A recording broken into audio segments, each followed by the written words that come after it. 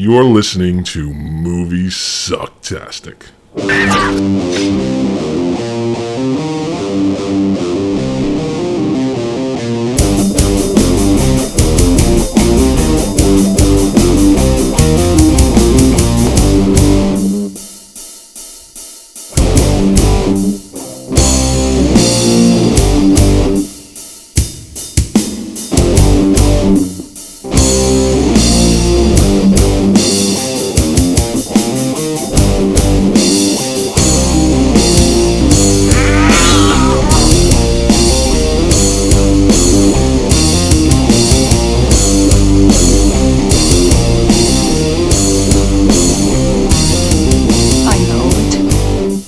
Sounds like some bad movie.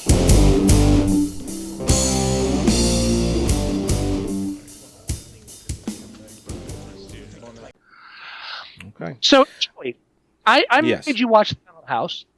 You made me watch both of them, you bastard. You're welcome. No. Apparently you stopped liking me about a week ago. How would you sum up the Silent House? Okay, that's the Silent House is film. The Uruguayan film. Okay. So, How would I sum that up? I would sum that up as like what you were saying with Ty West. It's a lot of nothing going on, and then bam, something happens. No, nothing happens. I mean, as far as the plot goes, are we going to ruin it? Do we care? Well, the plot, there's nothing to ruin. There's really nothing. I mean, it has a twist.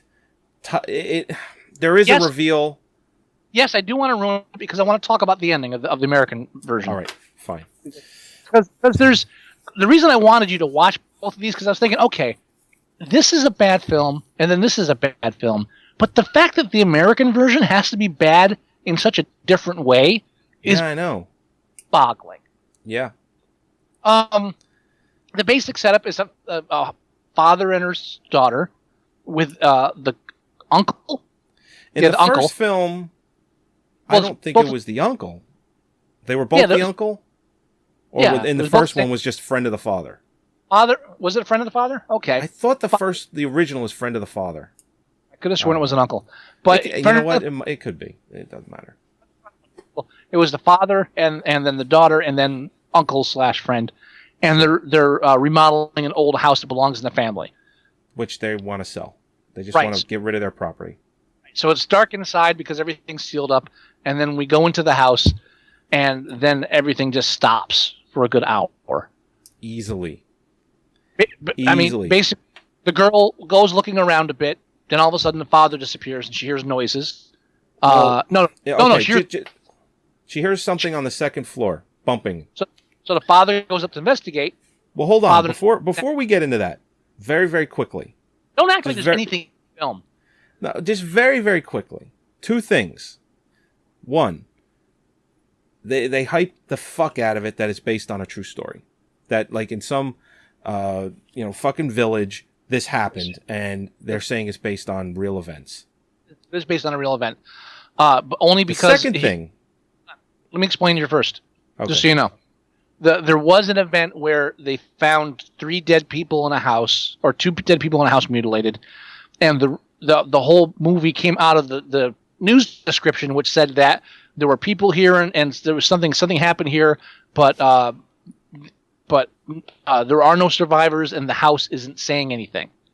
Hence the Silent House. Silent House. Okay. That's where they got the name. That's all I wanted to. So I mean, when they say based on real events, yeah, they found some dead people in a house. And then the news article mentioned a house that wouldn't talk. Okay. And the other thing is the first film is hyped as one continuous shot a la Alfred Hitchcock's Rope. And shot in real time. Which is kind of the same. The difference is it's not... I think a large portion of the first film is a continuous shot, but there is a couple of fade-outs. Well, no, the film can only the camera can only film a certain number of minutes in a row. I think it was 8 or 10 or 12. So there are at certain points they have Hitchcock had to do it too. You can't film a 2-hour film because you can't get a 2-hour reel film. Hitchcock did the exact same thing. It's not cheating because you can't really film on one continuous roll of film. They don't make 2-hour film reels. Right. That's the long story short. So whenever you pass over something or there's a darkness in the screen, you cut the reel together. That's what it is. It looks like one continuous take, but you can't do a 2-hour take. It's bullshit. Right. Well, and they hype it heavily on that it's one continuous shot. Now, to talk about the remake just very, very quickly, they don't do that. They don't hype it as it's a continuous shot. But what it does look like they do is they have almost like an homage to the original, where they do long shots of you could tell it's one shot. They do that a lot in the remake, and because they're not going to hype that it's one continuous shot or that it's real time, but it does look like they do that, where it's like, say the scene is like 5 minutes and it doesn't fade. It's just the same thing. Well, at least the Spanish film had some standards. True. This is true. Now, so yeah, it's a lot of nothing. Like you see her walking through a field, following her father, throwing a bag over a fence, going through the fence, walking up to the house, having a conversation with her father. Then from that point, they go in the house. The friend shows up. Where have you been? I mean, it's just 45 minutes of just nothing. No setup, just nothing. No tension. Well, there's a setup. The setup is they're in a house, and then the setup is now she's trapped in this house alone and she can't find anybody. But basically what happens is she spends the majority of the film wandering through this house, being scared repeatedly by specters of some kind or another, and then occasionally, every now and then, finding one of her family members bound and gagged and unconscious. Right. Right. Now, I will ruin the ending because, one, it doesn't make sense, and two, because it's the same type of ending of another film I hate. You know the one I'm talking about. Why did I just lose my High Tension. Hot tension. Tension, for the same reason, is that the whole twist is like it's the whole twist at the end is, spoiler alert, don't care. The whole twist at the end. And again, if you were watching this film after now, you'd be like, I don't care anymore. I don't care. I don't want to. I don't care how it ends. Really? I mean, how were you totally ambivalent at the end? How you're like, just end it. Don't care. Yeah. You didn't want to. I kind of. Not that I didn't predict the ending, but you kind of do at one point. Where like, there's really no other way to end this. But no, there is. There's plenty of different ways to end it that make more sense. I will buy. Well, no, okay, not that it makes more sense. I'm just saying the way it was going. It was like, okay, it's her, it's them. There's no one in the area, remotely in the area. Who else could be doing this? It'd be supernatural. But my point is, never thought that. Really? Even when you were seeing ghosts? It just didn't. I don't know. For some reason, it just didn't feel that way. Well, obviously at the end they didn't mean it to, but they play that way. That's why you have that spectral little girl appearing here and there. I mean, what are you supposed to think? You're supposed to think it's a ghost. Now, but you're so weary of the film by the end when they throw the motherfucking camera. When they throw when they throw the whole incestual thing at you at the end, you're like, I don't care. All right. You're so far removed at that point. Yeah, it's like, just end it. Great. There's your explanation. Now just end the film. Roll the fucking credits. Thank you. And because it literally gets to the point, too, where like, okay, you can't pull a Tyler Durden on me. You can't tell me that when she's downstairs watching the ceiling and you hear the noise when the father goes upstairs, you can't go through all this shit at the end of the film and tell me, oh, she did it. Then if we're sticking with one character and we're watching her, then what are we watching when she's not there? That's a lie. Right. You're lying. You're lying to the audience. You can't lie to the audience. You can pull that. I'm sure they would explain it in some way to make, and they would say that's the way it is, and we would still say no, you're lying. Now, you can pull it with the Fight Club character Tyler Durden / blah, nameless guy, because another spoiler alert, by the way. Oh, at this point, come on, listen. The thing with spoiler alerts for me, we could be talking about a film from 1962, Okay. Okay? And the way it works in my mind is, sure, the movie's been around for 60 years. But my kid, let's say my kid, in 10 years from now, might watch that movie. And he might say, listen to our show, and it gets ruined. We're not. If we're talking about films and we're taking apart films and discussing them, we can't avoid ruining any kind of ending for all films. If it's a new film that's still out in the theaters, yeah, VHS. I don't want to ruin the ending of the clips. People haven't seen it yet. A film that's been out 10 years, you know what? I'm talking about the endings. I'm trying to compare other films to it. If it's a West film, don't give a fuck. But, so, I mean, yeah, there's people out there that haven't seen Fight Club. There are people out there that haven't seen Willy Wonka and the Chocolate Factory. He gets the factory at the end, kids. Sorry. You can't protect everybody. And films that are... I got some bad news. What? Remember that thing my computer did way, way, way back when where I'm looking at it and it's all broken apart and all fucked up? Is that like that right now? Yes, it is. Now, it's recording in the background. Okay. It's doing that. So I think we can finish talking about the Silent House remake. Right. And just end the show. All right. Well, let me jump back to that before you so tore me off of. Then, yeah, I'm spoiling Fight Club. I'm sorry, I have to. It's an older film. It's part of the lore now. I have to bring it up. So you can get away with it there because there's a logic to it. The whole idea of split personalities, etc., and imagining within the mind of the other, that makes sense. We're following one character through a film. The film is just flat out lying to us. There's a difference between. Are we even filming video anymore at this point? No, video's gone. I'm turning my camera off. Keeps acting up at me. There's a difference between the unreliable narrator and the director himself lying to the audience. There's a difference, and that's the difference between Fight Club and The Silent House. Okay. But yeah, you're right. I mean, there's nothing happening through the film, and then at the end we're like, oh, it was her. It's like, well, that doesn't make any sense. Just like it didn't make any sense in High Tension. And then the reveal, too, with the whole father. Why? How could you do that to me? It's like, okay, great. And you waited until now. It was a repressed memory, but there's apparently 800 pictures of it. So, I mean, how repressed is it? It didn't happen over one night. It looked like it happened over a course of 2 or 3 years. And you're not. And now, jumping to the remake, unless you have anything else to say about the original. No, I got nothing else. I mean, there's... Boring. Very boring. A lot of nothing happening. The reveal at the end, like you said, you're so far removed from it, you don't care, which is sad because it could be good, but it's not. Now the remake tries to correct some of the problems of the first film. The thing you mentioned with the dialogue, how there's like hardly any talking, and it's all just the house. We're gonna fix it. Okay, yeah. Now the American film tries to take care of that, as Americans awfully do, by filling the air with endless noise. Yeah. Now we have the father and the uncle, and there's just this patter back and forth. They're wiseacres, and they're making fun of each other, and they're cracking. And it's like, instead of just being dead silence with occasional lines, it's 10 minutes of non-stop dialogue. And after the first 3 minutes, you just want these people to die so they'll stop talking. Yeah. It's just incessant. It's just kind of, dude, do you people ever shut the fuck up? I mean, really, shut up. And here's a tip for you. Oh, go Here's ahead. a tip. If you're going to make a film with a father and a daughter, get an actor and actress that have some kind of age difference between them. What do you mean? Come on, how old was that guy? 30?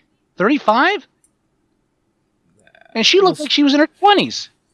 We'll say 40. She was... that's Elizabeth Olsen.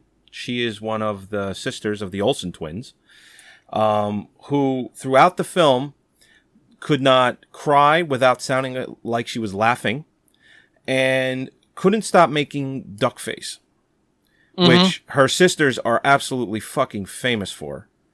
Right. They fucking invented it, if you ask me. Now, don't get me wrong, she's very pretty, but and her acting isn't atrocious, but she's born in 1989, so yeah, that would put her at around 23. But I think that's how old she's supposed to be in this film. She's supposed to be in her early 20s. I'm not buying he looked like he was like 40. I mean, he could have had her young, 20. So she's. I'm not going to shit on that because. Oh, please! I'm not going to shit on that because. I gotta because you gotta sell, especially when she's like all meek and everything and like quiet under the gun. It's like give me a father that's imposing. Give me a father that's looks older. Give me somebody that with a bit of age to give me anything. This guy looks like. I'm not buying it. I'm not buying that there's that much of an age difference that he was molesting her as a child. I'm not buying enough of an age difference for the uncle who's supposed to be like they kind of play it like the younger, cooler uncle. They're the same fucking age. I'm sorry. I'm not buying it. This guy's not selling me old. I don't care if you put a little speckle of gray somewhere in there. He's not selling it. It's like the Reed Richards character from the John Carpenter Fantastic Four movie. When he's visiting her, as she's like 12 and he's a college student, and then later on they put white streaks in his hair to make him look older, and he's marrying him. They're the same fucking age. Come on. Okay, that's different. This I think you're off. I think you're wrong. I think he pulls off that he's probably in his late 30s or early 40s, and that she's in her late teens, early 20s, 21, whatever it is. And I think you're shitting on it for the wrong reason. I don't think that you can't. I don't think it plays as much as you're making it out to be. I really don't. It built a wall for me to actually believe that. You can't give me a character that could easily be in their early 20s and probably is, and give me a father figure that could easily be in his late 30s. There's not enough there. I mean, if this guy got married out of high school and had a kid, I'm still expecting him to look a bit more weathered. No. Now, what I find in both films, the father who I bought the father in the Spanish film. It's like, well, yeah, he looks like he's in his late 40s, early 50s. There's the dirty old. Yeah, but in both films, they make it like the father and the daughter have this great relationship and everything's great, and she doesn't remember anything about. And to be honest, I can kind of buy that a bit. But not much. The American version, you don't just push that out completely where you don't remember anything. Where it's like, hey, my dad, he's so awesome. The American film tips the hat too easily, though. The Spanish film, they kept it okay. There's the father, there's the daughter, there's a good relationship. She loves him. The American one was too like the first dialogue between the daughter and the father. Oh, you leave those tools there? You better get them out of there. We don't want them rusting now. And then 10 minutes later, if everybody did what I said, everything be fine. So okay, he's overbearing and treats her like a child. I mean, it's just they tip their hat too soon that this is a dark character. Well, yeah, but she's laughing at everything the whole time, like, "Oh, Dad, you're crazy," But like when they're going back and forth, then they actually get into a bit of a tiff, and he's telling them, forget it, do it yourself, and all that, and the whole time she's just kind of like smirking. It's like, that's what they do. But they play off the tension too quickly. I felt it's like it's so obvious it's there. It's like there's maybe if you hadn't seen the original, it wouldn't have been as apparent. But I don't know. It comes off very apparent after watching the original. So. It becomes very apparent when they completely go off the rails in the second half, and we have imaginary friends helping her out, and then she's suddenly like watching them. I mean, the Spanish film. The allusion to the sexual encounters is she finds a baby carriage full of Polaroids, and the Polaroids have this young girl on a bed and stuff, and you're like, you're not sure if it's her or not because they're all, kind of cloudy and stuff. So it kind of like hints at that, and there's like weird kind of imagery too. The American film, because Americans are much more subtle, she sees a vision of her in a fucking tutu, ballerina outfit, being led away by her father, after well, see, that wasn't so bad, was it? Taking pictures of her. So what the fuck? Really? Really? We had to go this over the top? And then, of course, we have to have the scene where she confronts them, talking to her imaginary friend, and now we got to show her crazy. It's so, blatantly American where we just can't do anything. Our filmmakers have no sense of subtlety. Right. I mean, you tell me you weren't rolling your eyes during all of that. Oh, dude, it's a terrible film. Yes. It makes the first look, right? Yeah. No, it's a terrible film. And I just think the couple of things that you're criticizing, like, you know, the father being the age that he looks, I to me, that's the least of this film's problems. It's the least of this film's problems. I agree, but I'm still stating I'm not buying it. So, but the film still does the same thing too. Where there's a good half hour of her walking around and hiding. And, I don't know, and it's just, you know, if anything, there's a little more going on because they throw the imaginary friend in there too. Right. Oh, sure. But it's still just as much to do about nothing, and so you're seeing this whole string of horror films now that are getting good reviews for some reason.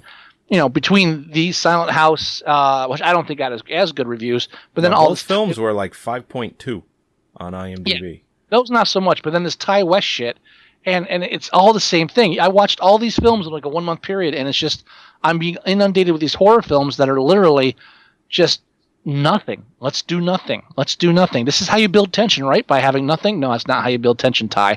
No, but see, they're not doing anything, and then you know something's going to happen, so that builds the tension, right? No, Ty, we're just waiting for nothing to happen. But now they're talking, and it's kind of casual talking, so it's undertone. That's tension, right? No, Ty, it's not tension. I'm bored. So get the fuck away from me. No, but see, but now she's going to turn around, and now that thing's going to scare her. So we built the tension, right? No, you just shocked us in the middle of silence. It's not tension. You know what's interesting about you mentioning tension and whatnot?